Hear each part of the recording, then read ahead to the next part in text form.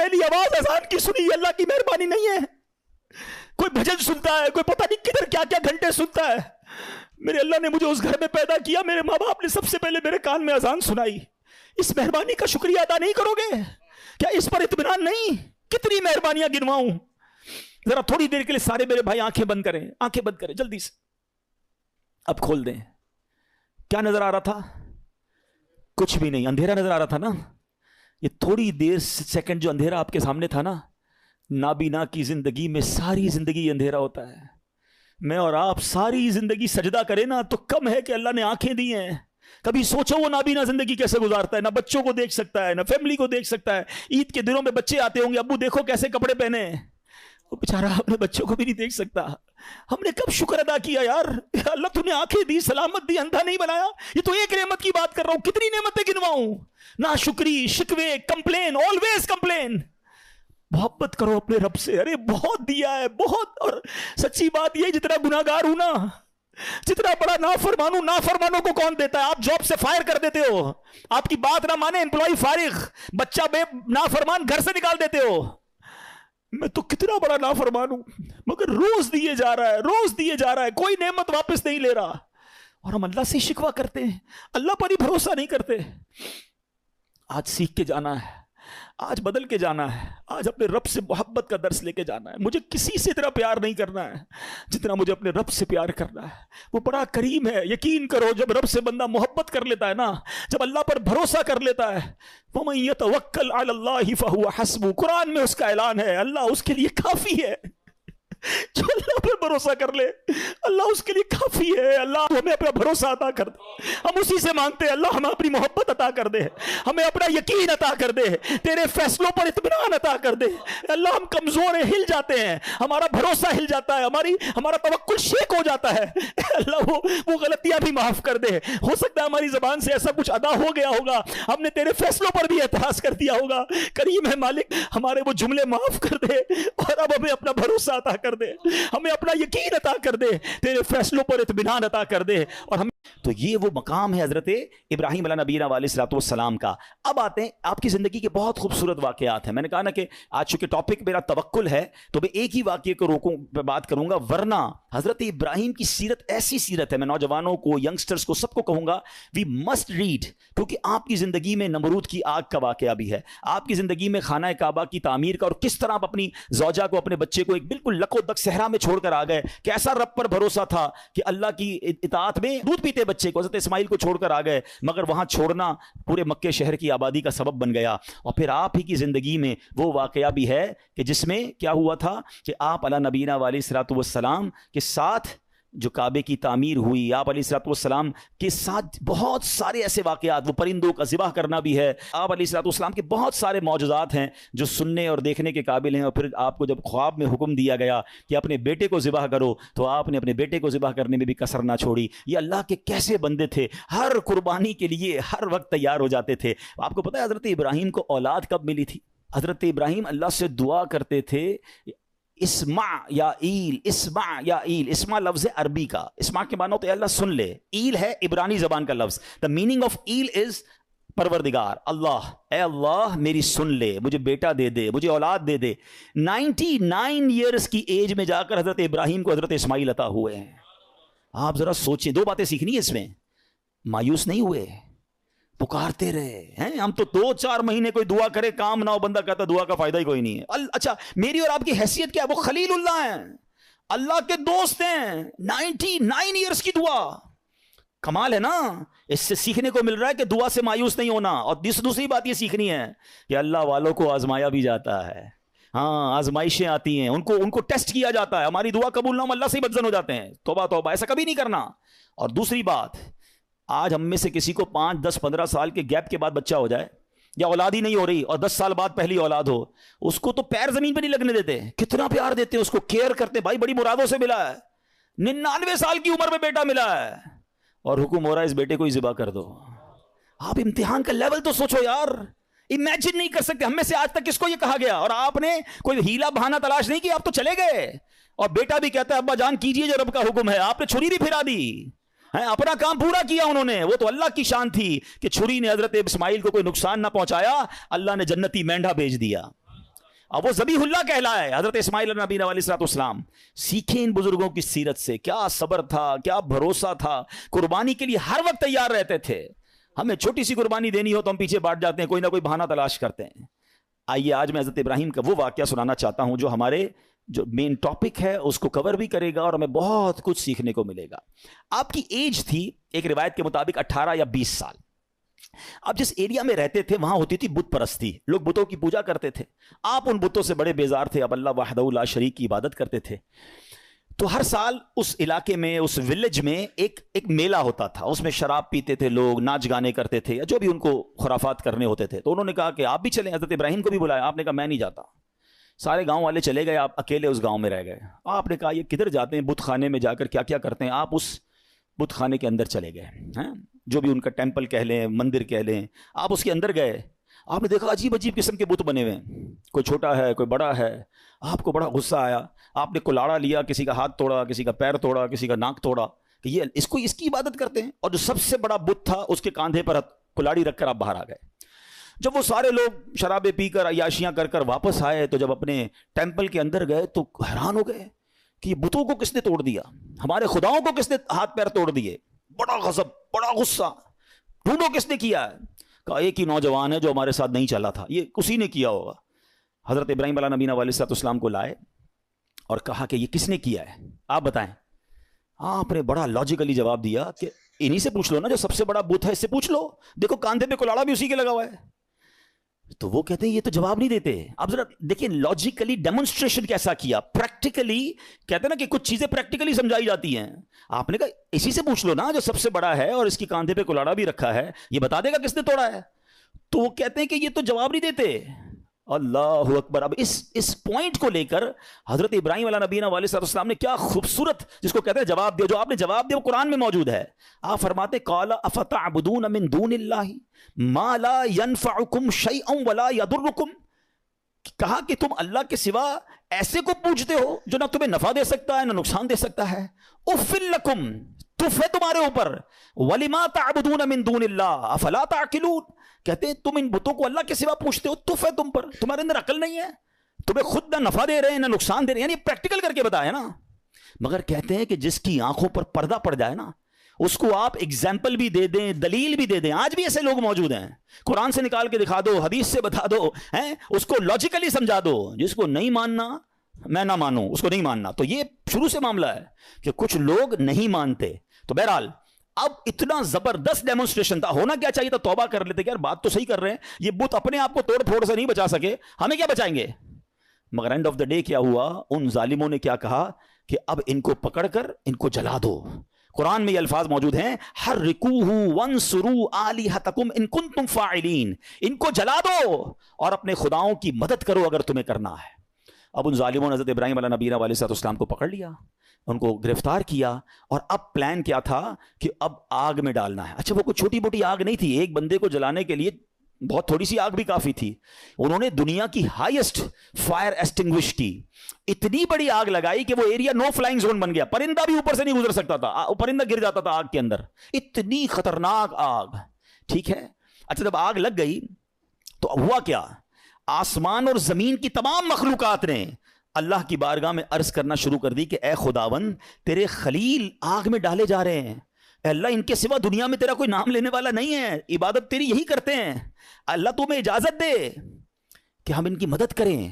تو اللہ کریم نے کیا جواب ارشاد فرمایا کہ وہ میرے خلیل ہیں, میں ان کا معبود ہوں, اگر ابراہیم تم سے مدد طلب کریں تو کرو ان کی مدد.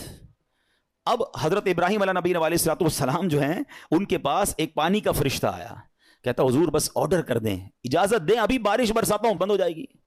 اب فرماتے مجھے تمہاری مدد کی ضرورت نہیں ہے, میرا رب دیکھ رہا ہے, اگر وہ چاہے گا تو میری مدد کر دے گا, باقی مجھے تمہاری مدد کی حاجت نہیں ہے.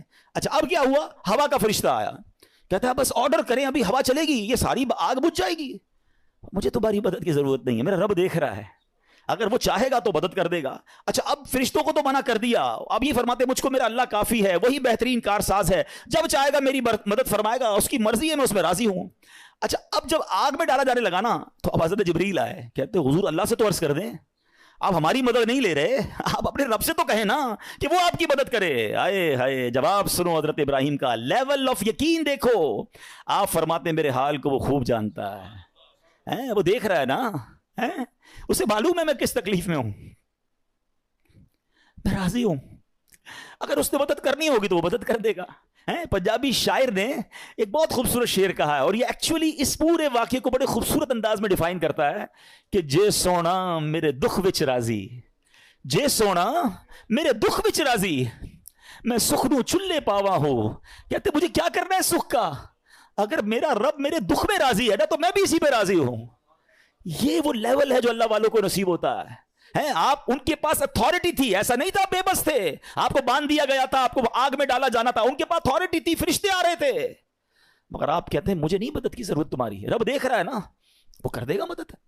اچھا ایج کیا ہے, 18 to 20 years, یہ کوئی بہت بڑی ایج نہیں تھی. اس ینگ ایج میں آپ کا لیول آف توکل اور لیول آف ٹرسٹ آن اللہ سبحانہ و تعالیٰ کیا تھا. اور اب کیا ہوا, اب آپ کو آگ میں پھینک دیا گیا. اچھا آپ آگ میں جو گئے تھے نا, آپ نے ایک دعا پڑھی تھی, لا الہ الا انت سبحانک لک الحمد ولک الملک لا شریک لک. اور جب آپ آگ کے شعلوں میں داخل ہوئے تو اب اللہ کریم کی طرف سے آگ کو آرڈر کیا دیا گیا. آپ نے نہیں مانگا, مگر رب کی طرف سے کیا آرڈر دیا گیا وہ بھی قرآن میں موجود ہے. اللہ فرماتا ہے قلنا یا نار کونی بردا وسلاما علی ابراہیم. رب فرماتا ہے ہم نے فرمایا اے آگ ہو جا ٹھنڈی اور سلامتی ابراہیم پر. علماء نے اس کی بھی تفسیر بیان کی کہ اگر اللہ کی طرف سے صرف یہ حکم ہوتا نا ٹھنڈی ہو جا, تو حضرت ابراہیم کو ٹھنڈ لگنا شروع ہو جاتی, اتنی ٹھنڈی ہو جاتی. آئے ہائے, اللہ نے انتظام بھی فرمایا تو کیسا فرمایا, ٹھنڈی بھی ہو جا سلامتی والی بھی ہو جا. اچھا آگ بجھی نہیں تھی, یہ بھی یاد رکھیے گا, آگ موجود تھی. ایسا نہیں ہوا کہ حضرت ابراہیم آگ میں گئے اور آگ بجھ گئی, چیپٹر کلوز. نہیں, آگ جل رہی ہے, حضرت ابراہیم اندر ہیں اس آگ میں. کتنی دیر رہی ہے پتا ہے آپ کو, کچھ سمجھتے ہیں 1 منٹ 2 منٹ 5 منٹ کے بعد باہر آ گئے. علماء فرماتے ہیں, مفسرین کہتے ہیں, بعض تفسیروں میں لکھا 7 days, 7 دن آگ کے اندر رہے. ایک تفسیر میں ہے 40 دن اور ایک تفسیر میں 50 days آگ میں رہے. یعنی وہ کافر جو باہر کھڑے تھے وہ تو سمجھے چیپٹر کلوز ہو گیا ہے, مگر جب آپ باہر آتے ہیں آپ کا بال بھی بھیکا نہیں ہوتا ہے. آگ کا کام چلانا ہے, مگر رب چاہے تو وہ آگ ہی حفاظت کرنے والی بن جاتی ہے. ہم اصل میں اسباب پر نظر رکھ رہے ہیں کہ یار یہ ہو جائے گا تو یہ ہو جائے گا, یہ ہو جائے گا تو یہ نقصان ہو جائے گا. یہ میں اور آپ سمجھ رہے ہیں, میرا رب چاہے تو وہ آگ کو گلزار بنا سکتا ہے. اس پورے واقعے پر شعراء نے بڑی کمال کی شاعری کی ہے. ایک بڑا کمال کا شعر ہے. اصل میں اس واقعے سے بہت ساری باتیں سیکھنے کو ملیں گی. ایک بات سیکھنے کو پتہ کیا مل رہی ہے, ہر چیز لاجک پر نہیں ہوتی ہے, ہر چیز عقل پر فیصلے نہیں کرنے ہوتے. ہمارے پاس کیلکولیٹر ہے نا, ہم زندگی کے بہت سارے فیصلے کیلکولیٹر پر کرتے ہیں. بعض اوقات لوگ زکوٰۃ دیتے نا, کہتے ہیں یار 10 کروڑ روپے ہیں, 25 لاکھ روپے زکوٰۃ نکل جائے گی, اوئے ہوئے یہ تو پیسے کم ہو جائیں گے, 9 کروڑ 75 لاکھ رہ جائیں گے. کیلکولیٹر کیا بتا رہا ہے, پیسے کم ہو جائیں گے. ایک میرا آپ کا کیلکولیٹر ہے, ایک رحمت کا کیلکولیٹر ہے. رحمت کا کیلکولیٹر کہتا ہے 2 اللہ کی راہ میں یہ بڑھیں گے. عقل کہتی کیسے بڑھیں گے بھائی, میں اگر اپنے جیب میں پیسے دے دوں گا اللہ کی راہ میں تو کم ہی ہوں گے نا. لاجک یہ کہتی ہے, رحمت کچھ اور کہتی ہے. ہر چیز عقل سے نہیں ہوتی ہے. کیا خوبصورت شعر ہے, بے خطر کود پڑا آتش نمرود میں عشق. یہ چھلانگ جو ہے نا عقل نے نہیں لگائی تھی, عشق نے لگائی تھی. عقل تو کہہ رہی تھی چل جائیں گے, عشق کہتا ہے کود جاؤ, رب کا حکم ہے نا, رب کی رضا ہے. بے خطر کود پڑا آتش نمرود میں عشق, عقل تھی محو تماشائے لبے بام. ابھی عقل تو ابھی سوچ رہی تھی, عشق نے اپنا کام کر دیا. پنجابی کا ایک شعر ہے, عشق دے چلے ہی نمبر لے گئے. ہاں عشق دے چلے ہی نمبر لے گئے, عقل مندہ ایویں عمرہ گالیاں.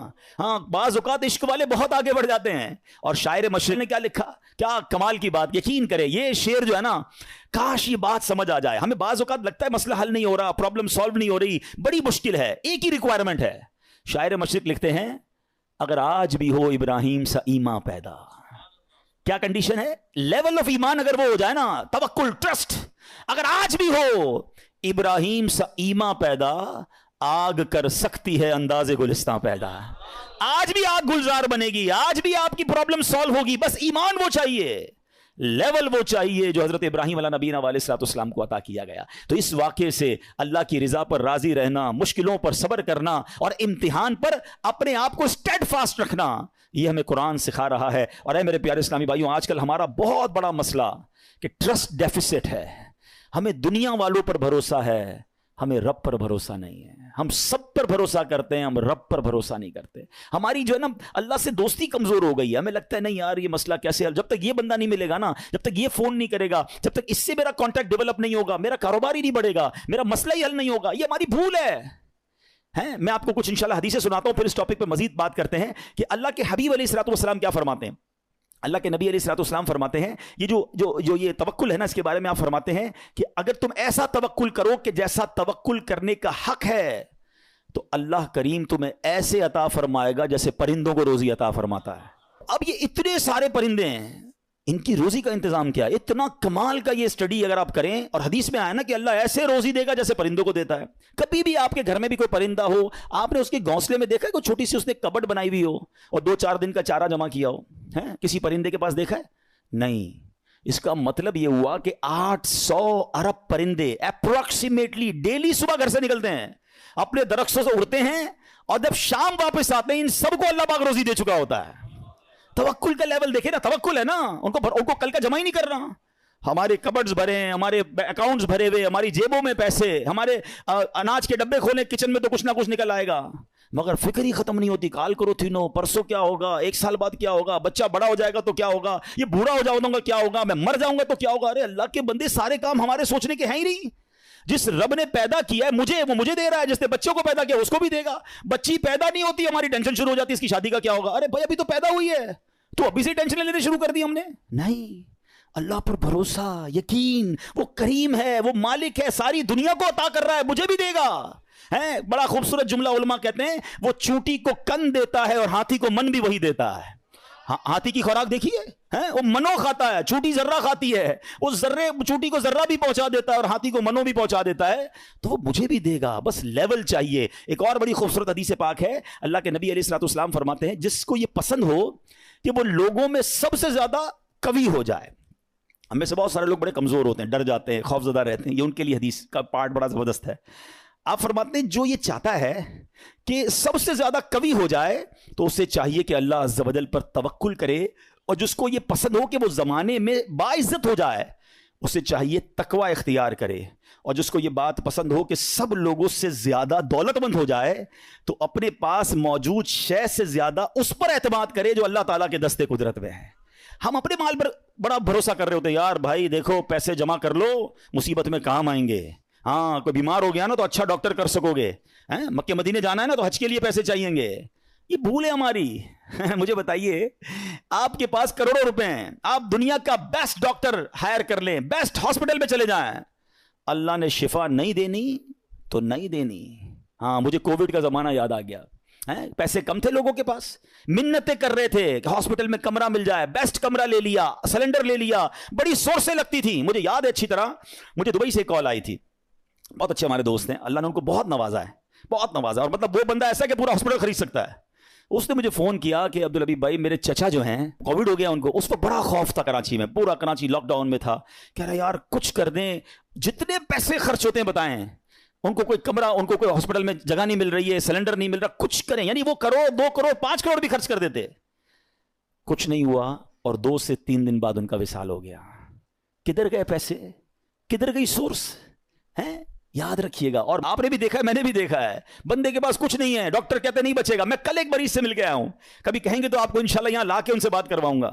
مجھے کہتے ہیں میری رپورٹ میں نے ڈاکٹر کو دکھائی کہ 3 مہینے ہیں تمہارے پاس, 3 مہینے. کل رات میری ملاقات ہوئی, کہہ رہے اس بات کو 4 سال ہو گئے ہیں. میں انہوں نے اپنے روحانی علاج کچھ کیا, وظائف پڑھے, مجھے بتایا سارا, انہوں نے پورا سسٹم بتایا. میرا رب چاہے نا, انہوں نے کہا اس کے بعد میں نے کوئی بایوپسی نہیں کرے, لیور کینسر, کہہ رہے تمہیں ٹرانسپلانٹ کرا لو ورنہ 3 مہینے. کہتے نہ میں نے بایوپسی کرائی, نہ میں نے کیمو کرائی, مجھے کچھ وظائف ملے, میں نے وہ وظائف کیے. اللہ نے مجھے, آپ کے سامنے بیٹھو میری محفل میں میرا بیان سن رہے تھے, جسے اللہ رکھے اسے کون چکے. تو یہ توکل ہے نا, یہ جو اسباب پر پاگل ہوئے ہیں نا ہم لوگ. اچھا لوگ کہتے ہیں پیسے ہوں گے نا خوش رہیں گے, یہ بھی بے وقوفی ہے. میں اس مسجد میں آیا ہوں, یہ بہت سارے امیر بیٹھے ہیں, کروڑ پتی بھی نظر آ رہے ہیں, شاید ارب پتی بھی ہوں گے. یہ بھی بھول ہے, یہ ہمارے کچھ اسلامی بھائی کو انفیریٹی کمپلیکس ہوتا ہے, یار پیسے ہوں گے نا تو ذرا خوشی ملے گی. یہ بے وقوفی ہے آپ کی, پیسوں سے خوشی نہیں ملتی. اگر پیسوں سے خوشی ملتی ہوتی نا, دنیا میں کوئی امیر غمزدہ نہ ہوتا. میں آپ کو ایک بڑی عجیب بات کہنے جا رہا ہوں, بڑی تجربے کی بات کہنے جا رہا ہوں.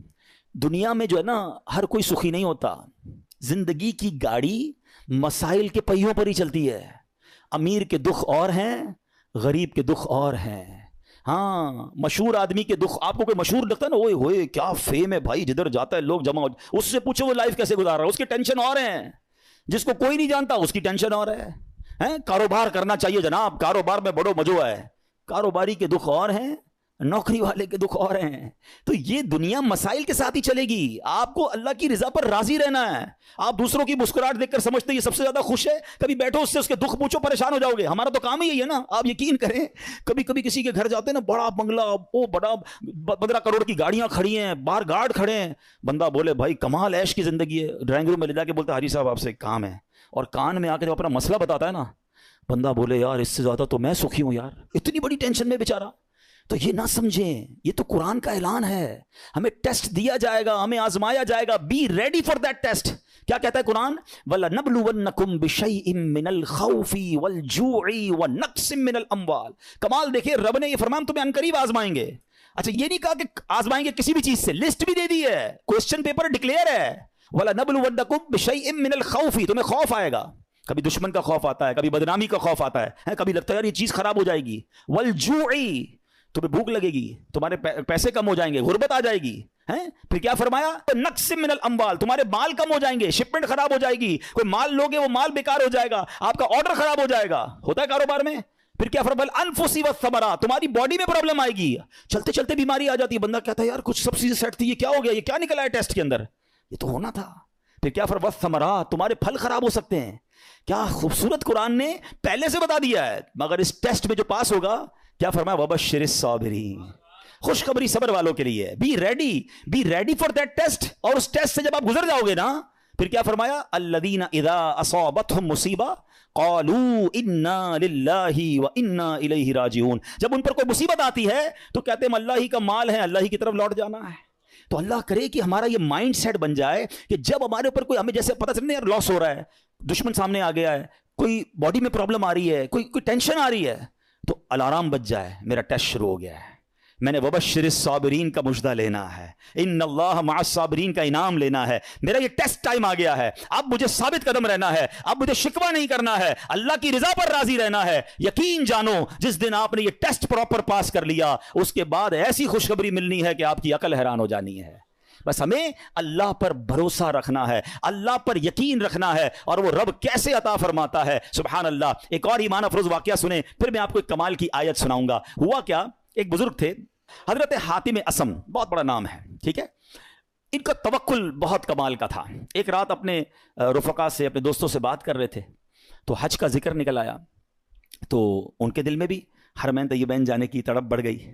تو گھر تشریف لائے اور اہل خانہ سے کہتے ہیں اگر مجھے اجازت دو تو میں حرمین طیبین چلا جاؤں. تو بیوی بچوں نے کہا کہ ہمارے پاس تو پیسے ہی نہیں ہیں، فاقے چل رہے ہیں، اور آپ مکہ مدینے جانے کی بات کر رہے ہیں، اور آپ چلے گئے تو ہمارا پیچھے کیا حال ہوگا. بھروسہ اللہ پر نہیں ہے، اسباب پر، چیزوں پر. تو وہ ایک چھوٹی بچی تھی، وہ کیا کہتی ہے، اگر تم لوگ اجازت دے دو تمہارا کیا جائے گا، یہ جہاں جانا چاہتے جانے دو، یہ رزق دینے والے تھوڑی ہیں، کہتے یہ رازق تھوڑی ہیں، رزق ملنے کا وسیلہ ہیں. جب گھر کے دیگر افراد نے بچی کا توکل دیکھا تو کہتے بچی ٹھیک تو کہہ رہی ہے، اللہ کے گھر ہی جا رہے ہیں، آپ چلے جائیں.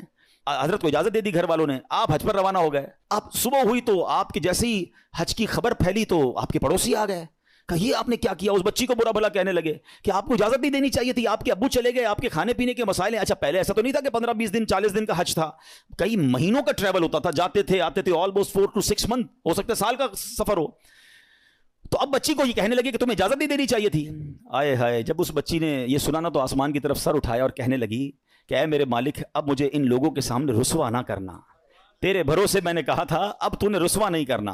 اچھا ہوا یہ کہ اس شہر کا جو حاکم تھا، جو سمجھ لیں بادشاہ تھا یا گورنر کہہ لیں، وہ شہر کے گشت پر نکلا اور ٹریول کرتے کرتے اسے پیاس لگی. تو اسی حضرت حاتم اسم کے گھر کے دروازے پر آ کر دروازہ بجایا جاتا ہے، کہا گورنر صاحب آئیں، ذرا پانی پلا دیں، پیاس لگی ہے. ان کی زوجہ کہتی یا اللہ، ہم وہ لوگ ہیں جن کے اپنے کھانے پینے کے پرابلمز ہیں، اور ہمارے دروازے پر شہر کا حاکم آ کر پانی مانگ رہا ہے. اے اللہ تیری قدرت. پانی پلایا تو کسی پڑوسی نے آ کر کہا کہ یہ بڑے غریب لوگ ہیں اور ان کے والد صاحب حج پہ چلے گئے ہیں، حضرت حاتم اسم ہیں، اور ان کے گھر میں تو فاقے چل رہے ہیں. تو بادشاہ نے کہا کہ انہوں نے ہم پر مہربانی کی، ہمیں پانی پلایا، ان کو ایسے خالی ہاتھ تو نہیں چھوڑنا چاہیے. اس نے اپنے جو پیٹی باندھتے تھے اس زمانے میں، اپنی پیٹی اتاری اور ان کے گھر میں ڈال دی، اور اپنے سارے سپاہیوں سے کہا سب اپنی اپنی پیٹی ڈال دو.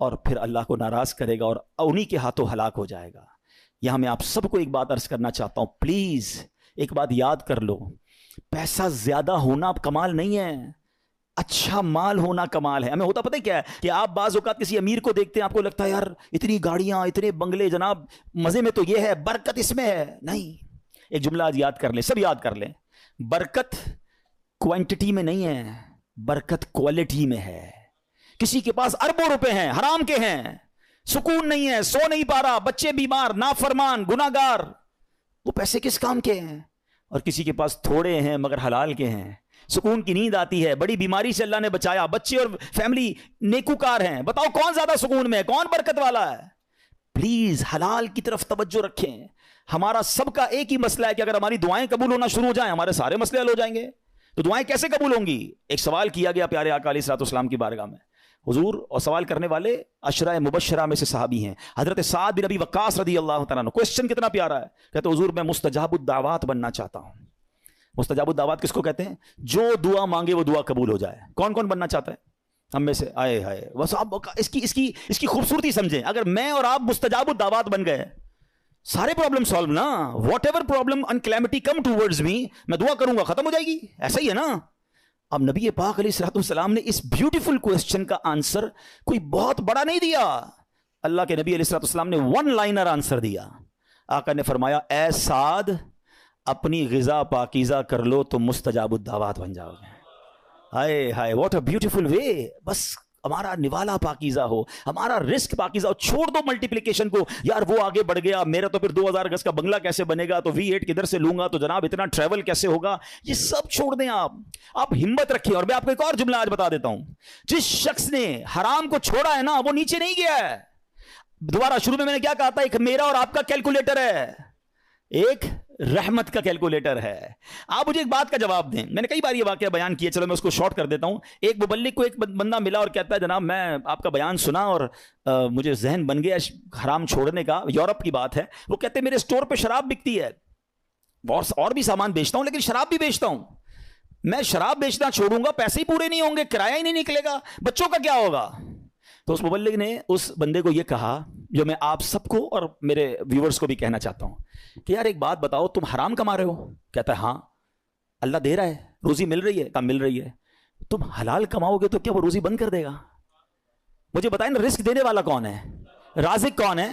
میں اللہ کی نافرمانی کروں وہ دے رہا ہے, اور مجھے ڈر یہ ہے کہ میں اس کو راضی کروں گا اور وہ بند کر دے گا. یا تو روزی دینے والا کوئی اور ہوتا تو سمجھ آتی بات کہ بھائی عبادت اللہ کی کروں گا, وہ بندہ ناراض ہو جائے گا. جب روزی دینے والا رب ہے, میرا ایمان ہے, عقیدہ ہے, اس کا مطلب یا تو وہ ایمان کمزور ہے, اور اگر وہ توکل مل گیا تو یہ ڈیفینیٹلی ہوگا کہ آپ اللہ کی ناراضی چھوڑیں, آپ کو اندازہ نہیں ہوگا کہاں سے روزی آنا شروع ہو جائے گی. ہوا کیا پتہ ہے, سنیں, یہ میں آپ کو پریکٹیکل واقعہ بتا رہا ہوں. 1 یا 1.5 سال بعد اسی مبلغ کی اسی نوجوان سے پھر یورپ میں ملاقات ہوئی. وہ نوجوان ڈھونڈتا ہوا آیا, کہتا ہے میں یاد ہوں آپ کو؟ کہتے یار کچھ یاد تو آ رہا ہے, آپ سے ملاقات ہوئی تھی. کہا میں وہی ہوں جس نے آپ سے وعدہ کیا تھا میں شراب نہیں بیچوں گا. آپ نے کہا تھا کہ اللہ تمہاری روزی میں برکت دے گا, ایسا ہی ہوا ہے, میں نے شراب بیچنا چھوڑ دی, پتہ نہیں کدھر سے روزی آ رہی ہے, اللہ نے برکت ڈال دی ہے. یہ ایک ٹیسٹ ہوتا ہے, یہ ایک پلان آپ کو پہلے لگے گا نہیں ہوگا, اور بعض اوقات کچھ دنوں تک آزمایا بھی جائے گا. آپ بولیں یار مولانا صاحب نے کہا تھا کہ بھائی حرام چھوڑ دو, پیسے زیادہ ہو جائیں گے, میں تو روز کی رشوت 10,000 روپے لیتا تھا, میں نے چھوڑ دی, آج تو 11,000 روپے نہیں آئے. ایسا نہیں ہوگا, کچھ دن آزمایا جائے گا. ہو سکتا ہے اللہ تھوڑی میں ہی تمہیں سکون عطا کر دے, تمہیں برکت ڈال دے, یا پھر تمہیں اپنے غیب کے خزانوں سے عطا فرمائے. اب میں آخر ایک آیت, اس بیان کو اینڈ کرتے ہوئے, ایک ایسی آیت ہے ایسا دلاسا دیتی ہے, اور اتنی پریکٹیکل قرآن کی آیت ہے. یقین کریں جب پھنس جاؤ نا, اس آیت کو اللہ کرے آپ یاد کر لیں. میں ریفرنس دے دیتا ہوں, آپ ایسا کریں کہ ریفرنس نوٹ کر لیں, اپنے موبائل میں نوٹ کر لیں, پھر خود قرآن پاک سے نکال لیجئے گا. ون آف مائی فیوریٹ آیت آف قرآن پاک. آئے ہائے ہائے, کیا دلاسا دیتی ہے. پارہ نمبر 28 ہے, سورہ الطلاق ہے, آیت نمبر 2 اور 3. ٹھیک ہے, یہ آیت آپ اس کو یاد کر لو, اس کا ترجمہ یاد کر لو, جب بھی ٹینشن میں ہو نا آپ یہ آیت دہرا لو. اب آیت سنیں کیا ہے. پورا فارمولا اللہ نے قرآن میں دے دیا ہے. اللہ فرماتا ہے وَمَن يَتَّقِ اللَّهَ يَجْعَلْ لَهُ مَخْرَجًا, جو اللہ سے ڈرے اللہ اس کے لیے نجات کا راستہ نکالے گا, اس کو ایگزٹ ڈور ملے گا. پھر کیا فرمایا, وَيَرْزُقْهُ مِنْ حَيْثُ لَا يَحْتَسِبْ, اللہ ادھر سے روزی دے گا جدھر تمہارا گمان بھی نہیں ہوگا. اچھا اب اس کو تھوڑا پریکٹیکلی کرتے ہیں, ٹھیک ہے. یہ سفید داڑھی والے بزرگ بیٹھے ہیں, مور دین 50 ایئرز جتنے بیٹھے نا, میں نے کبھی آپ سے بات نہیں کی ہوگی اس موضوع پر, مگر آج میں بہت عجیب سا دعویٰ کرنے جا رہا ہوں. جتنے یہاں 50 سال سے بڑی عمر کے بیٹھے یا 45 سے پلس ہے نا, اب میں جو جملہ کہنے جا رہا ہوں آپ سب سے پوچھ لیجئے گا. آپ کی زندگی میں ایک بار کم از کم, اس سے زیادہ بھی ہو سکتا ہے, ایک بار ایسا ضرور ہوا ہوگا کہ آپ کو لگا ہوگا یار بس اب ختم, پھنس گئے بھائی, بڑا معاملہ آ گیا ہے, اب نہیں نکل سکتا, ادھر سے نکلوں گا کیسے. اور آپ ایسے نکلے ہوگے کہ آج جب آپ سوچتے تو آپ حیران ہیں, یار میں اس پرابلم سے نکلا کیسے. کیلکولیٹر کہتا تھا قرضہ بہت ہو گیا ہے, نقصان بڑا ہو گیا ہے, پیسے پھنس گئے کہیں, کوئی پیسوں کا معاملہ ہوا ہوگا, کوئی بیماری کا معاملہ ہوا ہوگا, کوئی فیملی پرابلم ہوا ہوگا. مگر آج سوچتا ہوں تو حیران ہو جاتا ہوں, ایسا ہوا ہے. سب کے کئی لوگوں کے سر ہل رہے ہیں. اس کا مطلب کیا ہے؟ جو اللہ سے ڈرے اللہ اس کے لیے نجات کا راستہ نکالتا ہے. وَيَرْزُقْهُ مِنْ حَيْثُ لَا يَحْتَسِبُ, اللہ ادھر سے روزی دیتا ہے جدھر تمہارا گمان بھی نہیں ہوتا. جو لوگ اس بھروسے سے ہٹ جاتے ہیں نا, دیکھیں واٹ از دا کانسیکوینسز. اگر ہم توکل کو چھوڑتے تو اس کا پتہ ہے پرابلم کیا ہوتا ہے. میں نے میرے بیان کا ٹاپک آج ہم نے اسی لیے رکھا توکل ضروری کیوں ہے. آج ڈپریشن بڑھ رہا ہے, آج سوسائڈز بڑھ رہے ہیں, آج لوگ جناب اللہ سے مایوسی کی باتیں کر رہے ہیں. کیوں؟ توکل ختم ہو گیا. توکل ایکچولی اینٹی ڈپریشن ہے. اگر آپ بھروسہ اللہ پر کر لینا, دنیا کی کوئی بھی چیز سامنے آ جائے. ہمیں کسی نے آگ میں نہیں ڈالا, حضرت ابراہیم کو تو آگ میں ڈالا نا. ایسے بہت سارے بدر کا واقعہ ہم نے سنا. 313 لوگوں کو کیا تھا جذبہ؟ توکل تھا کہ اللہ کے نبی ساتھ ہیں, ہم راضی ہیں, اور اللہ نے فرشتے بھیج دیے. تو ایکچولی یہ ڈپریشن سے نکلنا ہے, سوسائڈ کے خیال دماغ میں نہ آئے, تو ہمیں اسٹرانگلی اللہ پر بلیو کرنا ہوگا. یہ آیت بتا رہی ہے وَيَرْزُقْهُ مِنْ حَيْثُ لَا يَحْتَسِبُ, اللہ ادھر سے روزی دے گا ادھر تمہارا گمان بھی نہیں ہوگا. پھر اللہ آگے کیا فرماتا ہے؟ وَمَن يَتَوَكَّلْ عَلَى اللَّهِ فَهُوَ حَسْبُهُ, جو اللہ پر بھروسہ کرے اللہ اس کے لیے کافی ہے. Actually this is the message of Quran. اللہ پر بھروسہ نہیں ہے تو آپ پریشان ہی رہیں گے, اور اللہ پر بھروسہ کر لیں پھر دیکھیں آپ کیسے نکلتے ہیں. ہم دنیا والوں کو اپنی پرابلمز بتاتے ہیں. میں آج آخر میں آپ کو ایک بات بتانا چاہتا ہوں, نہ بتایا کرو دنیا والوں کو اپنے مسائل. ہاں مت بات کیا کرو, کوئی کچھ کرتا بھی نہیں ہے اور کر سکتا بھی نہیں ہے. میری بیماری کون دور کر سکتا ہے, میرا پرابلم, کیونکہ سارے مسائل حل ہونے اللہ کی بارگاہ سے ہیں. دنیا والوں سے ہم بات کرتے ہیں نا, لوگ انجوائے کرتے ہیں, لوگ ہماری بات پر مزے لے رہے ہوتے ہیں. ہمارے سامنے نہیں کہتے, ہمارے بعد لوگوں کو بتاتے ہیں آیا تھا میرے پاس, اس کا فلاں مسئلہ ہے, اس کا فلاں پرابلم ہے, ہاں بڑی بڑی باتیں کرتا ہے یہ والے پرابلم میں. یعنی ہماری پرابلم سے دنیا والے انجوائے کر رہے ہوتے ہیں. کیوں بتاتے ہو دنیا والوں کو بھائی؟ کسی کا احسان کیوں اٹھائیں, کسی کو حالات کیوں بتائیں, تم ہی سے مانگیں گے تم ہی دو گے, تمہارے در سے ہی لو لگی ہے. وہ شاعر کہتے ہیں نا, دنیا والے تو درد دیتے ہیں, دنیا والے تو درد دیتے ہیں, درد دل کی دوا مدینہ ہے, درد دل کی دوا. اور کیوں ہو مایوس اے مریضوں تم, کیوں ہو مایوس اے مریضوں تم, آؤ دارو شفا مدینہ ہے. تو ہمیں اللہ اور اس کے رسول کی طرف نظر رکھنی ہے, ہم نے دنیا والوں کو نہیں بتانا ہے. تو ہمیں اللہ پر جب بھروسہ ہوگا نا, میں آپ کو مشورہ دیتا ہوں, آپ اللہ سے باتیں کیا کرو. مجھے ایک بات بتائیں, کبھی رات میں ایسا ہوا ہوگا آپ کے ساتھ کہ آپ بڑے دکھی ہوں گے, ٹینشن میں نیند نہیں آئی ہوگی, بچپن میں خاص طور پہ یا جوانی میں, اور آنکھوں میں آنسو ہوں گے, اور آپ اپنی والدہ کے پاس گئے ہوں گے نیند سے بیدار ہو کر, یا نیند نہیں آ رہی, اور ماں کو کہا ہوگا ماں میں بہت پریشان ہوں, پھنس گیا ہوں ماں, بیمار ہوں یا قرضے میں ہوں, واٹ ایور آپ کا پرابلم تھا. سچ بتاؤ ماں نے کیا کیا تھا؟ کروٹ بدل کر سو گئی تھی کہ بیٹا تو جان تیرا کام جانے, یا ماں بھی بے قرار ہو گئی تھی, ماں بھی اٹھ کر بیٹھ گئی, ماں نے سینے لگایا, اللہ سے دعائیں کرنا شروع کر دی. مجھے ایک بات بتاؤ, میں بستر سے اٹھ کر آنکھوں میں آنسو لیے جب ماں کے پاس گیا, اس ماں نے سینے لگایا. کبھی بستر سے اٹھ کر آنکھوں میں آنسو لے کر اللہ کے پاس جاؤ تو صحیح. میرا رب تو وہ ہے جس نے میری ماں کے دل میں ممتا بھی اسی نے ڈالی ہے, وہ کئی ماؤں سے زیادہ چاہنے والا ہے. ہمارا پرابلم یہ, بات ہی نہیں کرتے اللہ سے, ہم سب سے بات کرتے ہیں. آپ اس کو ٹرائی کر کے دیکھ لیں, اور اللہ سے اپنی مادری زبان میں جس طرح بات کرنی ہے بات کریں نا. دنیا میں کسی بڑے آدمی, گورنر, وزیر اعظم, صدر سے بات کرنی ہے, اول تو ٹائم نہیں ملتا, نمبر نہیں ملتا, مل جائے تو سیکرٹری بولتا ہے صاحب بہت بیزی ہیں, 15 دن بعد موقع ملے گا. اچھا پھر ملاقات 5 منٹ کی ہوگی. کتنی کنڈیشن ہے یار. میں تو کہہ رہا ہوں خدا سے بات کرنی ہے, احکم الحاکمین سے بات کرنی ہے. کیسے ہوگی؟ پوچھو مولا علی سے. کہتے ہیں جب میرا جی چاہتا ہے میرا رب مجھ سے بات کرے میں قرآن پڑھنے لگ جاتا ہوں، اور جب جی چاہتا ہے میں اللہ سے بات کروں میں دعا کرنے لگ جاتا ہوں. کیا ٹو وے کانورزیشن ہے یار. نو بڈی بٹوین می اینڈ اللہ سبحانہ و تعالیٰ، نو سیکرٹری، نو ٹائم لمٹ. جتنی بات کرنی ہے کرو نا. ہاتھ اٹھاؤ اکیلے میں، کبھی کبھی تہجد میں بیٹھا کرو. یہ مسجد میں بھی آ کر نا کونا پکڑ لیا کرے، کبھی کبھی فوراً چلے جاتے ہیں لوگ، اور اللہ سے باتیں کریں. اے اللہ پریشان ہوں، اے اللہ بیمار ہوں، پھنس گیا ہوں مولا، کاروبار ٹھپ ہو گیا ہے، روزی کے مسائل ہیں، بیماری کے، جو آپ کے دل میں اللہ سے بات کرو. آپ یقین کرو وہ دینے والا ہے. وہ خود فرماتا ہے ادعونی استجب لکم، مانگو میں تمہیں عطا کروں گا. جس دن اللہ پر آپ کا بھروسہ بڑھ گیا نا، آپ کو دعا کا لطف آ جائے گا. آپ اللہ سے پتہ ہے ایک اور بڑی پیاری قرآن پاک کی آیت کا جز ہے، وہ کیا ہے؟ وَأُفَوِّضُ أَمْرِي إِلَى اللَّهِ، میں اپنے سارے کام اپنے رب کے سپرد کرتا ہوں. ہم کہتے ہیں یار میں آج گیا تھا بھائی فلاں جگہ فائل جمع کرا کے آیا ہوں، مسئلہ حل ہو جائے گا، بہت بڑی شخصیت کو دے کر آیا ہوں فائل. جب آپ یہ پڑھو گے نا تو دل سے آواز آئے گی فائل جمع کرا دی اللہ کی بارگاہ میں. وَأُفَوِّضُ أَمْرِي إِلَى اللَّهِ إِنَّ اللَّهَ بَصِيرٌ بِالْعِبَادِ، اللہ اپنے بندوں کو دیکھ رہا ہے. تو یہ دعا میں شامل کرے اس وظیفے کو، اپنے معاملات اللہ کے سپرد کرنا سیکھو. اب ایک وسوسہ، یار مولانا صاحب کہہ تو رہے ہیں دعا تو کرتا ہوں، مسئلہ حل ہی نہیں ہوتا. مکے جا کر بھی دعا کی، مدینے جا کر بھی دعا کی، فلاں مزار شریف میں بھی کی، فلاں بزرگ سے بھی کروائی، 10 سال سے دعا کر رہا ہوں، مسئلہ تو حل ہی نہیں ہو رہا. آپ کہتے ہیں اللہ سے مانگو اللہ دے گا. اب شیطان ہے نا، کوئی نہ کوئی تو دماغ میں بات ڈالے گا. پہلے تو اللہ سے جب محبت کر لو گے نا، تو حضرت ابراہیم نے کیا کہا تھا؟ میرا رب دیکھ رہا ہے نا، جے سونا میرے دکھ وچ راضی، میں سکھ نو چلے پاوا ہوں. اللہ نے اگر میرے نصیب میں آزمائش لکھی ہے میں اس پر بھی راضی ہوں، کیونکہ بہت کچھ دیا ہے نا. حضرت رابعہ بصریہ رضی اللہ تعالیٰ عنہ کا ایک قول یاد آ گیا. ایک بندہ سر پہ پٹی باندھ کے جا رہا تھا.